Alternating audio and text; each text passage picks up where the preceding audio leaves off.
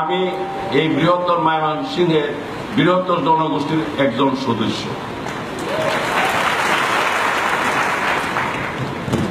হাওর, জঙ্গল, মহিষের সিং তিনে মিলে হইল ময়মনসিংহ।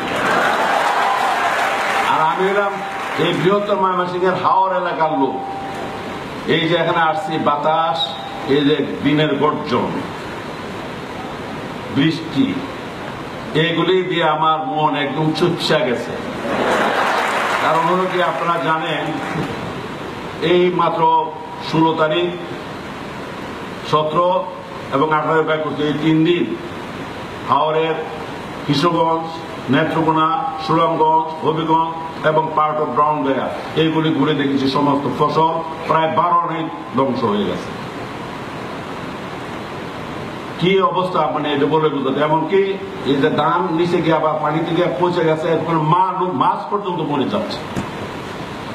আর এখন যে অবস্থা, এই অবস্থার মধ্যে আরো যে 3-4 আনা যেটা রয়েছে, এখন বৃষ্টি, বাতাস, এই অবস্থার মধ্যে কি হবে, সব শেষ। এই ধরনের মানে অবস্থার মধ্যে মনের অবস্থা খুব সুবিধা না। সুতরাং রং মিশায় কথা বলার মতো মানসিক অবস্থা নাই। তবে একটা জিনিস আমি বিশ্বাস করে বলবো যে আপনি দয়া করে এই ধরনের এই বৈশাখ মাস শুরু বা চৈত্র মাসের শেষ, এই ধরনের সময় দয়া করে এই কনভোকেশনটা করবেন না। আরো কয়েকটা ইউনিভার্সিটির মধ্যে গেছি, যাদেরকে আমি ডিগ্রি প্রদান করি, এরা চেহারাটা আমি দেখতে পারি না, সব অন্ধকার, কিছুই দেখি না। কিন্তু আমরা এটা নাট্য মঞ্চের মতো, দর্শকরা তাদের একটা অন্ধকার, আর এখানে আমাদের একটা আলো, আমাদেরকে দেখাতে মনে হয় আমরা পাঠ করতেছি। তবে আজকের একটা ঘটনা বলি, 3 দিন ঘুরে আসছে, পত্র পত্রিকা উঠতেছে। সকালে নাস্তা করার সময় আমার স্ত্রী বললো যে পত্রিকাতে তো নিউজ দেখলাম, তুমি তো যা করছো সব পুরান কথাই বলতেছো।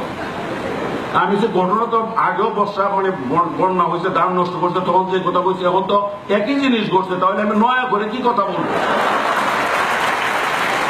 তারা তবু কিছু নতুন কিছু বক্তব্য থাকা উচিত। আমি বললাম ঠিকই বলছো, পাশাপাশি তুমি, আমি যদি বলি যে এই যে আজকে তুমি 54 বছর গড় করছো, তুমিও তো পুরান হয়েছো, আমি যদি বলি যে আমিও একটা নতুন করে একটা করে নিয়ে আসি, এই কথা তখন কেমন লাগবে? তখন কথা থামছে, মোটামুটি গাল ফুলাই বই রয়েছে, এর মধ্যে চলে আসে। এই অবস্থা।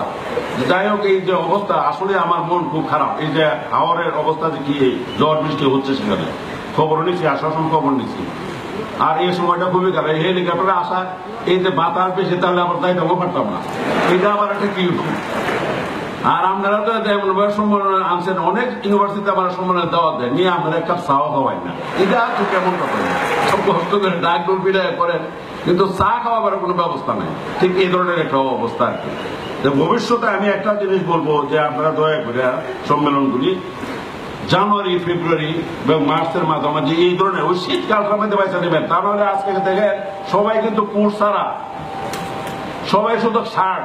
আমিও আপনাদের দেখে আমিও কোট আনছিলাম, কিন্তু এটা লাগাইছি না, কারণ এত গরমের মধ্যে এটা কোট লাগালে তো এমনি কোট ছাড়াই যে অবস্থা, আরো গাউন তো সিনথেটিক কাপড়। আর ছেলে মেয়েরা যে অবস্থা আছে, ফ্যান চলছে, কিন্তু তাদের অবস্থা খুব ভালো না, সবাই গামে গেছে আর কি।